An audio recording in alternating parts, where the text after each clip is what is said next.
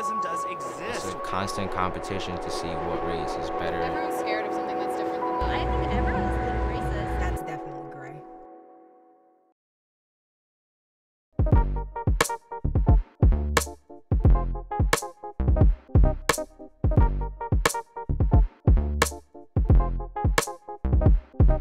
See, now you touched on the next question that I had in mind is, how has your race affected your life?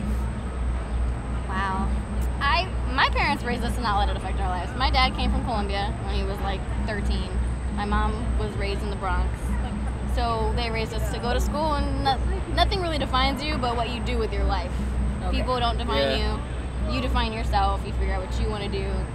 Just black, white, purple, orange doesn't really... So you never felt discriminated against? No. And I have family members that will go to the end of the earth to say that they have this hard life, that it's so bad, but it's truly what you make it. People can say all they want to say about you, but if you take it to heart and keep it in your head, then that's what's going to affect you. Okay. If I'm in a professional environment or I'm working someplace, it's in my head, it's in the back of my mind, okay, I'm a black guy here, so I feel like I'm representing my culture. So I have to feel like I can't necessarily say everything I want to say because, oh, great, it's a typical black guy talking loud or whatever the case is. So even though no comments were directed at me, my perception has been altered. So the way I look at the world. Like, I kind of feel like I have to walk on eggshells more, and like I have to watch my behavior more, because someone's always waiting for the angry black woman.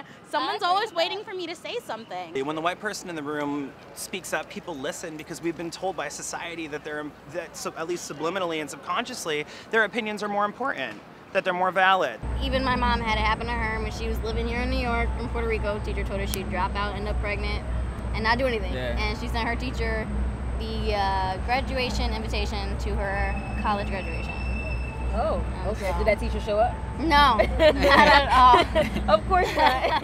There was an essay written about it, I think by like Amy Tan or somebody. Okay. But it was talking about how Asians are not like the other minorities. It's like Asians and the Jews are minorities that have like quote unquote made it, which means that there's like tension between like Asians and the other minorities. Asians are a model minority in America, but a model minority because even though we make up like such a low percentage of the American population,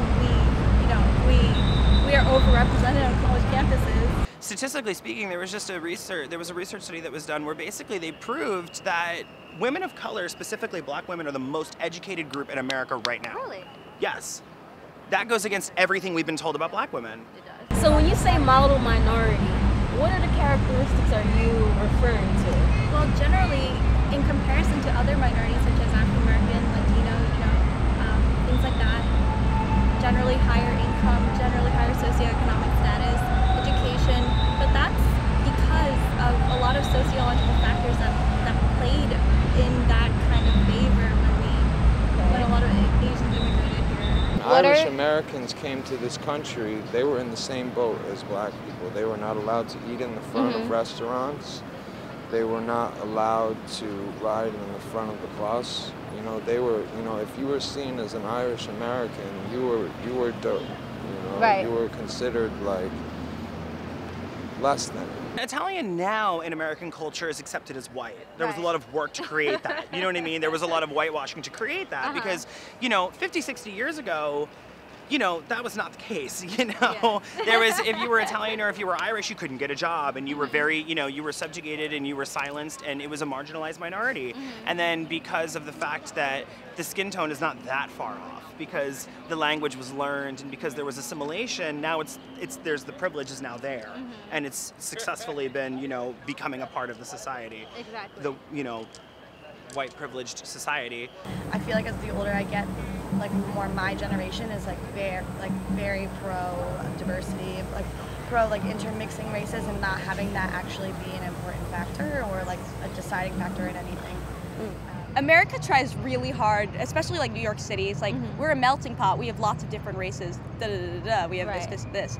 But I grew up in like Peninsula California, where basically everybody was white or Asian, and like there was like couple other races. Okay. But I have never been more aware of my race than in New York City. Wow. Because there are so many people, and then there is sort of a culture of like, well, like stick to your own.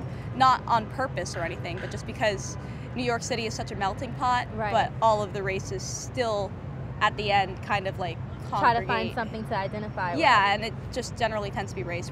With me, I think it's more positive with my race and the way I grew up, because with our race, it's you're born and you work hard to get what you want, and I feel like that's not took a toll on me. It really helped me in life because I do work. I have really good work ethic, and you know, and I just don't let anything stop me if I need to get it done. And so, like with my race, it's just that's all I know is that you work hard and you take care of your family. Okay. I mean, it's more positive than negative. Yeah. And that's good, because a lot of times when people think about how race has affected their life, they always go to a negative place where it can also be a positive, and that was a perfect example of it. Yeah.